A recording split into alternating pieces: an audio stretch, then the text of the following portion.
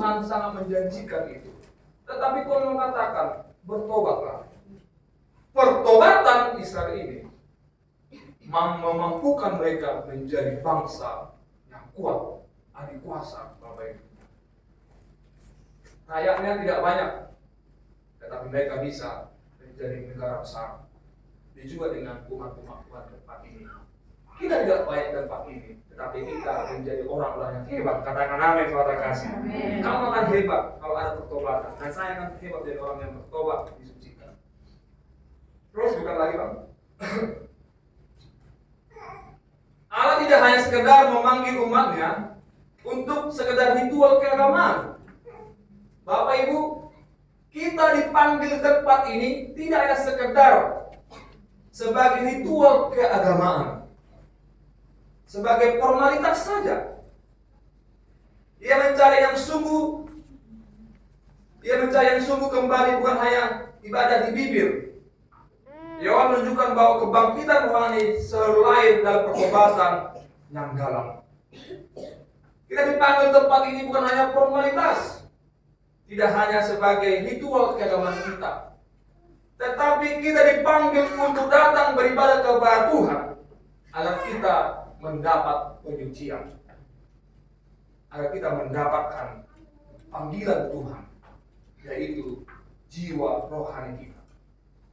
Karena kita tahu saudara terkasih oleh Tuhan dikatakan di dalam Yoel itu, di ayat yang ke-12, berbaliklah kepadaku dengan segenap hatimu, dengan berpuasa, dengan menangis, dan dengan mengadu. Karena pertobatan itu kita harus berbalik kepada Tuhan. Arti bertobat itu Bapak Ibu adalah berbalik, yaitu dari yang gelap menuju ke terang. Kembali kepada kehidupan yang baru. Hidup kita yang lama itu harus kepada yang baru. Karena itu pertobatan, Yohanes sering berkata, bertobatlah sebab kerajaan Allah sudah dekat. Karena nantinya pertobatan itu tidak akan ada lagi saudara kasih, tetapi adanya penghakiman. Karena akhir zaman akan ada penghakiman. Dan ini orang tidak mau datang ke gereja. Dan banyak orang tidak mau dengan firman Tuhan tentang penghakiman. Karena saya dan saudara akan dihakimi oleh Tuhan. Tetapi kalau kita sudah datang kepada Tuhan, disucikan dan kita bertobat benar-benar bergaul dengan Allah, penghakiman itulah tanda awal kita kebangkitan. Katakan amin. Kita dihakimi oleh penderitaan. Kita dihakimi oleh perilaku kita. Kita dihakimi oleh tindakan kita yang kita lakukan di zaman dulu. Engkau tidak bisa, karena tabur tuai itu, apa yang kamu tabur, itu yang kamu tuai. Tetapi saudara bertobat datang kepada Tuhan, ampuni aku Bapak. Datanglah kepada Tuhan. Karena hukum alam ini, engkau dan saya tidak bisa memutarbalikkan. Tetapi Tuhan punya cara solusi, memberikan kepada kita ada anugerah. Katakan amin. Ada anugerah kepada kita. Anugerah inilah membuat kita lepas dari segala hukum tabur tuai itu. Yang seharusnya saudara mati, yang seharusnya saudara dipenjara, yang seharusnya saudara mendapat hukuman, dia datang.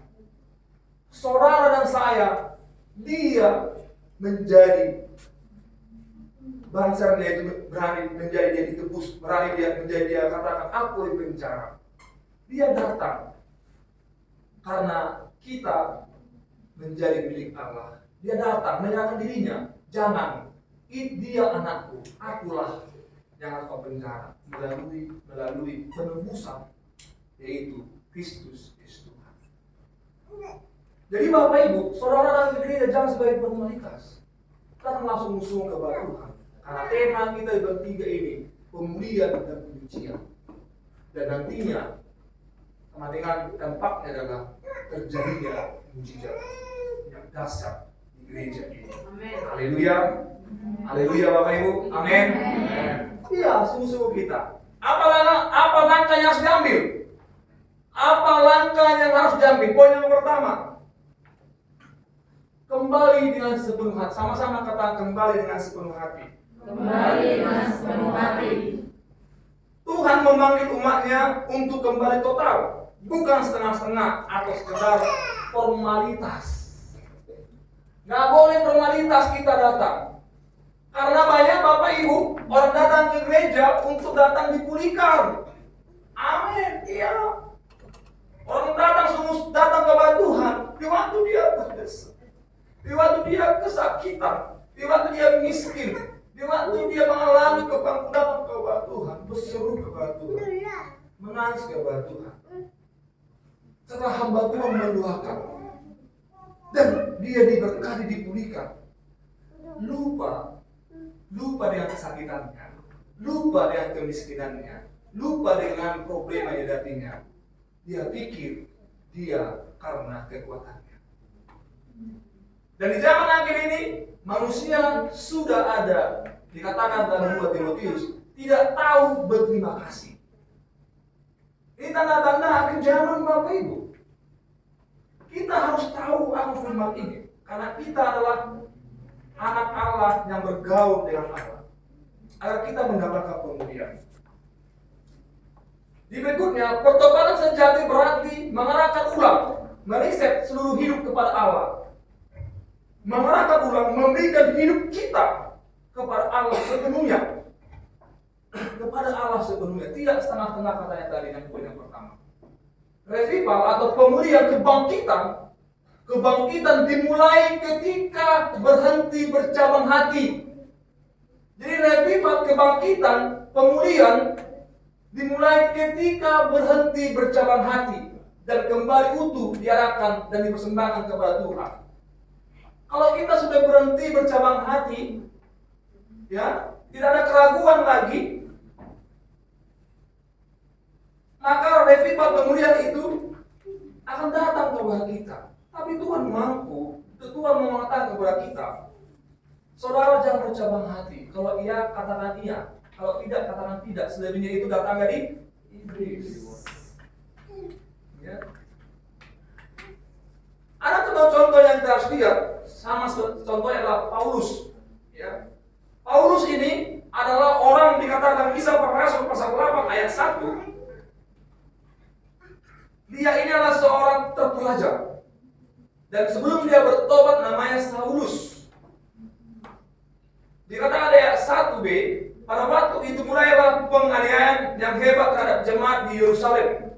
Mereka semua kecuali rasul-rasul tersebar ke seluruh daerah Yudea dan Samaria. Orang-orang saling membuka mayat serta penangkapan dengan sangat. Tetapi Saulus berusaha membinasakan jemaat itu dan ia masuk rumah demi rumah dan menyeret laki-laki dan perempuan keluar dan menyerahkannya mereka untuk dimasukkan ke dalam penjara. Saulus ini dia orang yang jahat. Jahat dalam artinya begini Bapak Ibu. Dia ini adalah orang Taurat, orang Farisi, dia juga orang Yahudi dari suku Benjamin. Ya. Dia orang Saduki Farisi, tidak percaya kepada kebangkitan, tidak percaya kepada ketuhanan Tuhan Yesus Kristus. Dan dia membunuh orang-orang yang mereka Injil dengan Tuhan. Dan dia meminta kepada mahkamah di tempat itu, mahkamah keagamaan, untuk meminta stempel untuk membunuh orang percaya. Saulus ini sangat dikenal, dikatakan di dalam Kisah pasal 9 ayat 1, sementara itu berkobar-kobarlah hati Saulus untuk mengancam dan membunuh murid Tuhan. Ia menghadap imam besar dan meminta surat kuasa daripadanya untuk dibawa kepada majelis Yahudi di Damsyik, supaya jika ia menemukan laki-laki atau perempuan yang mengikuti jalan Tuhan, ia menangkap mereka dan membawa mereka ke Yerusalem. Dibunuh Bapak, dia minta. Saulus ini membunuh anak Tuhan. Tapi dampak dia nantinya apa yang terjadi di Kisah pasal 9, ya. Apa dampaknya dari Saulus? Saudara kasih, mari kita bacakan di ayat Kisah pasal 9 di ayat 3.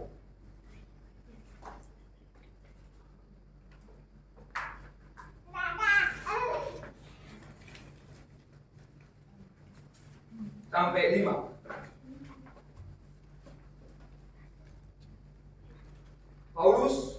Kisah 9 ayat 3 sampai 5. Saudara bacakan, saudara terkasih. Dalam perjalanannya ke Damsyik, ketika dia sudah dekat kota itu, tiba-tiba cahaya memancarkan dari langit mengelilingi dia.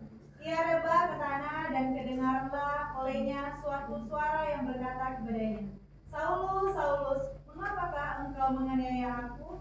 Jawab Saulus, siapakah engkau, Tuhan? Katanya, Akulah Yesus yang kau aniaya itu. Ya, Saulus sebelum dia bertobat Bapak Ibu, dia membunuh, menganiaya laki-laki dan perempuan dipenjarakannya. Tetapi waktu dia pergi meminta materai dan pergi ke Damsyik, di tengah perjalanan Saulus bertemu dengan Tuhan Yesus. Ada terang di situ. Dia berkata, Saulus, Saulus, mengapa engkau menganiaya aku? Jawab Saulus, siapakah engkau, Tuhan? Katanya, akulah Yesus yang engkau aniaya itu. Tetapi bangunlah dan pergilah ke dalam kota. Di sana akan dikatakan kepadamu apa yang kamu harus perbuat. Kembali lagi, Noem. Apa yang kamu harus perbuat? Karena itu saudara terkasih oleh Tuhan, poin yang pertama itu adalah Paulus ini dia dipanggil Tuhan dengan cara yang luar biasa. Dan setelah dia nanti bertemu dengan Tuhan, dia ini gak setengah-setengah lagi. Karena dia percaya, di waktu dia bertemu dengan Tuhan Yesus, dia diubahkan. Dia diubahkan Tuhan. Matanya buta dan dia dipenuhi Roh Kudus. Dan dia diajari, dibimbing oleh penetua. Apa yang kita harus lihat di sini, saudara kasih? Pertobatan Saulus itu, dia menjadi salah satu rasul yang diurapi Tuhan. Maka, saudara terkasih oleh Tuhan, kita di tempat ini, kalau tidak ada pertobatan, maka saudara akan terus dikejar-kejar oleh bayanganmu sendiri, oleh ketakutanmu sendiri. Dan inilah membuat revival itu, pemulihan itu tidak terjadi bagi kita. Karena kita terus dalam bayangan kotak-kotak hitam. Kita tidak keluar dalam pertobatan kita. Paulus yang membunuh para rasul-rasul dan murid-muridnya dan seluruh orang yang percaya kepadanya, dia di dalam bayang-bayang hitam. Tetapi di waktu terang Kristus itu menerangi dia, bayang-bayang hitam itu keluar dari dirinya. Dan Paulus melakukan amanat aku. Dan banyak orang-orang bertobat melalui penginjilan Paulus. Maka Bapak Ibu, pertobatan itu dampaknya sangat luar biasa. Dampaknya sangat luar biasa bagi diri sendiri dan bagi kinerja kita. Katakan amin, Bapak Ibu. Amin. Saya rindu kita di sini semua bertobat. Amin. Amin. Karena pertobatan dampaknya luar biasa bagi diri saya sendiri dan bagi engkau. Dari pekerjaanmu, suami dan istri nantinya, pertobatan itu dampaknya luar biasa. Orang yang bergaul dengan Allah, setelah saya katakan, Henok bergaul dengan Allah, Nuh bergaul dengan Allah, Nabi Eli bergaul dengan Allah, Musa bergaul dengan Allah, Abraham bergaul dengan Allah. Apakah keturunannya dibiarkan menderita, melarat, sengsara? Dan kalaupun anak keturunannya juga mengalami seperti pencobaan-pencobaan di dunia ini, tetapi keturunannya tidak akan pernah ditinggalkan Allah. Dia tidak menurun, tetapi makin menaik dan jadi berkat di mana berada.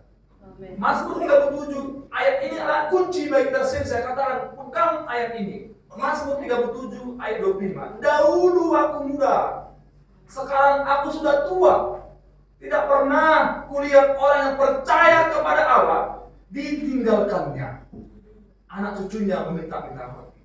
Tetapi Tuhan memberkati seluruh kedua orang percaya kepada Allah. Amin Bapak Ibu. Amin. Kembali bertobatlah kepada Tuhan. Keturunan kita ini menjadi generasi luar biasa. Dan saya pastikan keturunan kita, anak-anak kita yang melayani semua tempat ini.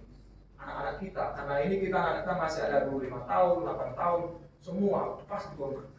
Itu janji Allah. Poin yang kedua, apa langkah yang sedang diambil? Meratap dengan ketulusan. Sama-sama katakan meratap dengan ketulusan. Meratap dengan ketulusan. Di ayat 13, koyakkanlah hatimu dan jangan pakaianmu. Berbaiklah kepada Tuhan Allahmu, sebab Ia pengasih dan penyayang, panjang sabar dan berlimpah kasih setianya, dan Ia menyesal karena hukumannya. Di poin yang kedua, meratap dengan ketulusan. Bapak Ibu, dikatakan tadi di ayat 13 itu, panjang sabar dan kasih setianya, dan Ia menyesal karena hukumannya. Karena kembalinya pertobatan itu, seruan untuk bertobat itu, karena kita disuruh bertobat.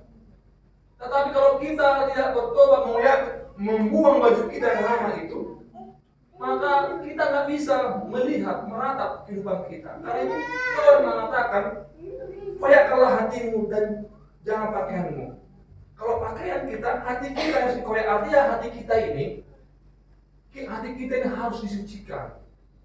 Buang segala kekotoran hati kita. Buang segala otak kotor di hati kita. Buang segala pikiran yang kotor di hati kita. Yaitu dalam Galatia pasal 5 itu keinginan daging, pencabulan, hawa nafsu yang lalu, dan itu juga kekangkuan, egois, buang semuanya. Buang hati kita. Allah nantikan dan menghendaki hati yang hancur, bukan pertunjukan kesalehan lahiriah semata. Kita bisa dari gereja ini saleh, ya, pakai jas, pakai dasi, rapi, saleh. Tapi Tuhan tak kehendaki itu, Bapak. Dia mau kita datang dengan kesederhanaan kita, dengan hati yang hancur, tapi dengan tulus kepada Tuhan. Untuk apa kita berpakaian hebat, cantik, tapi hatimu tidak tulus kepada Tuhan? Tapi Tuhan mau seperti perempuan yang berikan persembahannya itu, spesialnya itu kepada persembahan itu. Apa katanya? Apa kata orang? Apa pula ibu ini memberikan persembahan kepada baik suci? Hanya spesial. Kalau sekarang koin-koin itu, ya. Tapi apa kata Tuhan Yesus? Engkau nggak tahu. Dia memberikan yang lebih berharga dari dirinya. Karena itulah uang satu-satunya ini. Selebihnya dia akan kelaparan. Dia berikan semua miliknya di persembahan itu. Tapi engkau memberikan dengan berkelimpah, karena engkau ada memberikan dengan juga kekuatan. Ibu ini meratapi. Dan Allah nanti menghendaki dia hatinya hancur. Tetapi Bapak Ibu ini menjadi saksi bagi orang-orang di sekitarnya.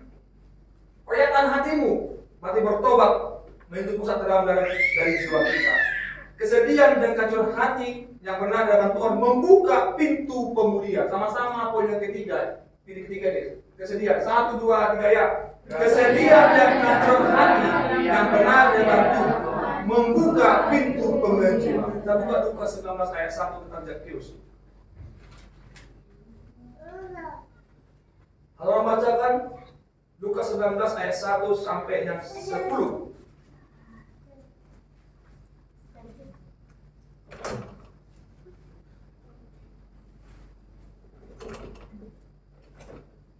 Kalau orang bacakan Bapak Ibu.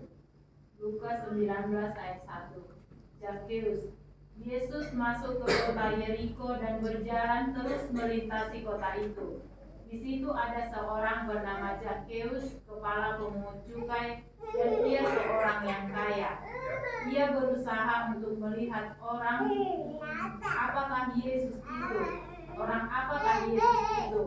Tetapi ia tidak berhasil karena orang banyak, sebab badannya pendek. Stop dulu. Jadi di zaman dulu pemungut cukai itu orang berdosa. Karena dia bisa mengambil hak orang lain. Dia kasih uang, contohnya 5 peser, harus pulangkan 50 peser. Dia mengambil, dia orang berdosa. Terus Ia berusaha melihat orang apakah Yesus itu, tetapi ia tidak berhasil karena orang banyak, sebab badannya pendek. Maka berlarilah ia mendahului orang banyak, lalu memanjat pohon ara untuk melihat Yesus yang akan lewat di situ. Tetapi Yesus sampai ke tempat itu, ia melihat ke atas dan berkata, Zakheus, segera turun, sebab hari ini aku harus menumpang di rumahmu. Terus Lalu Zakheus segera turun dan menerima Yesus dengan sukacita. Tetapi semua orang yang melihat hal itu bersungut-sungut, katanya, ia menumpang di rumah orang berdosa. Tetapi Zakheus berdiri dan berkata kepada Tuhan, Tuhan, setengah dari milikku akan kuberikan kepada orang yang miskin, dan sekiranya ada sesuatu yang kuperas dari seseorang, akan kukembalikan 4 kali lipat. Kata Yesus kepadanya, hari ini telah terjadi keselamatan kepada rumah ini, karena orang ini pun anak Abraham. haleluya. Amin Bapak Ibu. Amin. Karena dia anak Abraham. Saya saudara anak Abraham. Katakan amin. Amin. Kita di keturunan Abraham dicangkokkan oleh Tunas. Dicangkokkan kita Bapak Ibu. Ada keselamatan kepada Zakheus. Maka bagi kita juga ada keselamatan. Karena kita meratapi ketulusan. Ya. Zakheus ini adalah orang berdosa, pemungut cukai. Kita bisa katakan kita ini pendosa, Bapak Ibu. Tetapi kita pendosa, seperti Zakheus ini, dia sangat rindu melihat Tuhan Yesus. Dia orang pendek, gak bisa seperti orang lain, dia gak bisa melihat Yesus.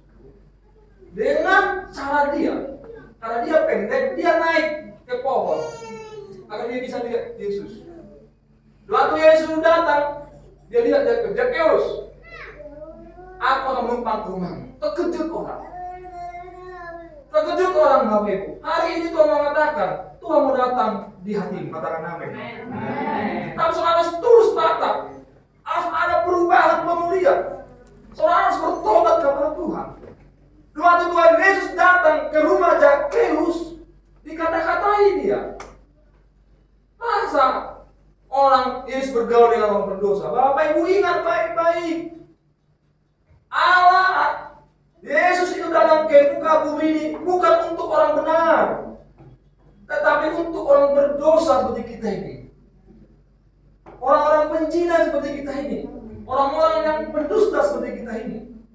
Dia datang untuk orang berdosa. Dia tanggung dosa kita. Akan terjadi keselamatan. Katakan amin. Zakheus ini orang berdosa datang. Aku numpang ke rumahmu. Tapi Zakheus melakukan dampaknya juga. Ada reaksi Zakheus waktu Tuhan Yesus datang. Saudara, saya katakan Tuhan mau hadir di hatimu, keluargamu, iya dan amin. Tapi dampaknya saudara juga bereaksi. Zakheus berkata di situ. Apa katanya?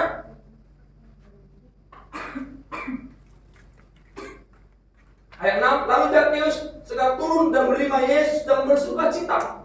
Ayat 7, tetapi semua orang melihat hal itu bersungut-sungut, katanya ia menumpang di rumah orang berdosa. Ayat 8 Bapak Ibu, ayat 8 dan 10 kuncinya. Tetapi Zakheus tidak berkata kepada Tuhan, dia meradap kepada Tuhan. Saya yakin Zakheus menangis kepada Tuhan. Karena orang sudah menghakimi dia di ayat 7. Karena dia tahu dia pendosa. Di ayat 8, tetapi Zakheus berkata kepada Tuhan, Tuhan, setengah dari milikku akan kuberikan kepada orang miskin, dan sekiranya ada sesuatu yang kuperas dari seorang, akan kembalikan 4 kali lipat. Dia menangis kepada Tuhan. Kalau ada orang yang kuperas, Tuhan, ampunilah aku kembalikan kembali milik mereka yang kuperas dulu itu. Ayat 9 kata Yesus. Saya yakin Bapak Ibu, Zakheus ini merata menangis, mengaum kepada Tuhan, karena dia tahu dia orang berdosa. Dia sudah apa kata Tuhan Yesus Bapak Ibu, sama-sama katakan aja. Mari saya baca ayat 9 sama-sama. Ayat 9. ayat 9. Sama-sama 1, 2, 3 ya. Kata Yesus kepadanya, hari ini telah terjadi keselamatan kepada Stop. rumah ini. Hari ini telah terjadi keselamatan kepada rumah ini. Hari ini, waktu kita mengaku dosa, kita bertobat disucikan melalui perkataan firman Tuhan, terjadi keselamatan di rumahmu. Amin. Sebab engkau keturunan Abraham, saya keturunan Abraham. Kita berkumpul di sini karena iman Abraham. Abraham itu bapa segala bangsa orang percaya. Karena kita percaya kepada Allah, kita di keturunan Abraham. Itu Bapak Ibu. Meratap dengan ketulusan dalam kebatuan. Poin yang ketiga. Poin yang ketiga. Berseru demi pemulihan. Sama-sama katakan berseru demi pemulihan. Berseru demi pemulihan. Pertobatan pribadi harus menjadi seruan bersama dalam komunitas umat Allah.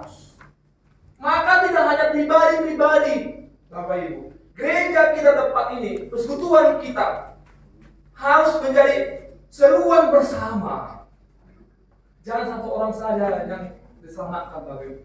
Kiranya semua umat Tuhan di tempat ini diselamatkan dan diberikan dan memperoleh kasih karunia Tuhan.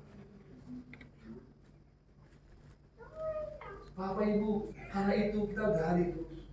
Kadang-kadang katanya itu seperti perumpamaan itu benih-benih itu ada 30, 60, 100 kali lipat.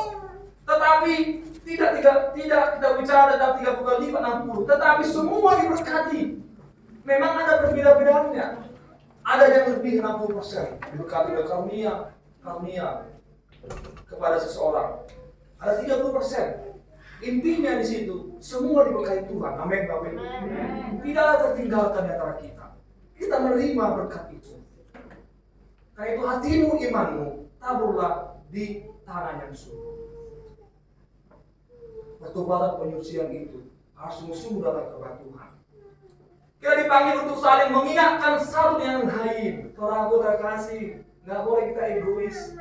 Ya, kalau kita sudah percaya firman Tuhan, engkau sudah percaya firman Tuhan dan diri kau menjadi saksian. Saya sebagai hamba Tuhan tahu kebenaran, tetapi saya egois tidak mau membicarakan kepada orang lain. Tunggu waktunya Bapak Ibu. Saya akan hakimi Tuhan. Begitu juga dengan saudara. Kalau engkau sudah mendengar firman Tuhan dari Yeskiel pasal 3 itu, engkau tahu kebenaran, tapi tidak engkau sampaikan kepada saudaramu, maka darah yang muncul pada mereka. Karena itu Bapak Ibu, kita tuntaskan amat agung. Amin. Kalau ada di saudara tetangga kita yang belum ke gereja, yang belum mengenal Tuhan Yesus, kalau dia pun orang Kristen, orang yang juga tidak mengenal Tuhan Yesus, kita akan firman Tuhan. Tuntaskan amat agung. Ajak beribadah, ajak berdoa.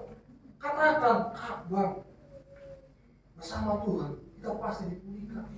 Percayalah. Kalau dia katakan begini, saya mengalaminya.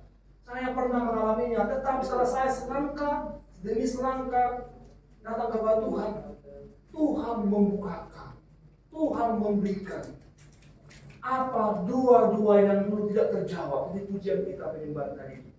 Dua kita tidak terjawab. Tuhan jawab. Pelan-pelan Tuhan jawab. Karena itu ajak Bapak Ibu. Gak boleh apatis dalam hidup ini. Gak boleh. Anak-anakmu ajak. Sekolah minggu. Jangan kasihkan persembahannya. Ini jajanmu. Antar sekolah. Luar biasa Bapak Ibu. Antar semua. Anak-anak kita. Ya, di tempat ini luar biasa. Keluarga tempat ini mengantar semua anaknya sekolah minggu. Luar biasa ya angkat jempol. Itu saja saksi nanti ke orang lain. Luar biasa Bapak. Anak-anak yang diangkat. Jam 7 lebih sudah sampai ke tempat ini. Ada Bapak Bella, ada Mak Putri, ya, datang Bapak mengantar anak. Dan ini satu saksian karena kita harus berdampak. Dan nantinya di tengah kita, di mana ya anakmu sekolah minggu itu di gereja di mana-mana. Ikutlah anakku. Nanti ada anak itu kakak itu jemput Deborah. Nanti Ini Pak, ada anak sekolah minggu ya, jemput. Jadi kesaksian tak boleh otomatis. Di contoh keluarga juga ibu, bapak, ibu, bapak, ibu Prima kan, menurut Maria Bukaro ini kan kesaksian. Dan akhirnya puji Tuhan, ya Bukaro ya, ada persekutuan komunitas yang baik buat kita. Ini satu, baru barus. Ya. Harus tahu ya, tapi baru barus yang ini. Ya. Jadi kesaksian Bapak Ibu. Ya, karena tidak ada egois. Sempat Ibu prima egois. Kata Ibu, aku orang timur, kau kan? Bahaya. Bahaya Bapak Ibu. Bahasa nggak ketemu. Iya kan? Asli nggak ketemu. Hanya yang mukanya yang ketemu sama-sama memang nggak kita kalau muka barat dan timur. Itu aja buat ketemu Bapak Ibu. Nampak dia. Kesaksian Bapak Ibu. Maka melalui itulah kita menuntaskan amanat agung GBI yang tahun 2006 menuntaskan amanat agung. Harus menuntaskan kemana mesisir kemana. Tidak perlu kita harus ke Israel, tidak perlu menginjili ke Israel, ke negara-negara lain, ke mana. Di tempat kita menginjili, di sekitar kita, tetangga kita. Tidak perlu harus ke prostitusi sana, ke tempat sepangdam dan narkoba sana. Tidak perlu Bapak Ibu. Hati-hati. Kuatkan imanmu. Kalau kau belum kuat, jangan coba menginjili tempat-tempat yang di luar jangkauanmu. Tetanggamu lu injili. Sekitar kita ini, Bapak Ibu. Itu aja. Ya. Jangan aku takut aja mau nanya di sini ini. Ya. Kalau telat saya grogi pula, ya.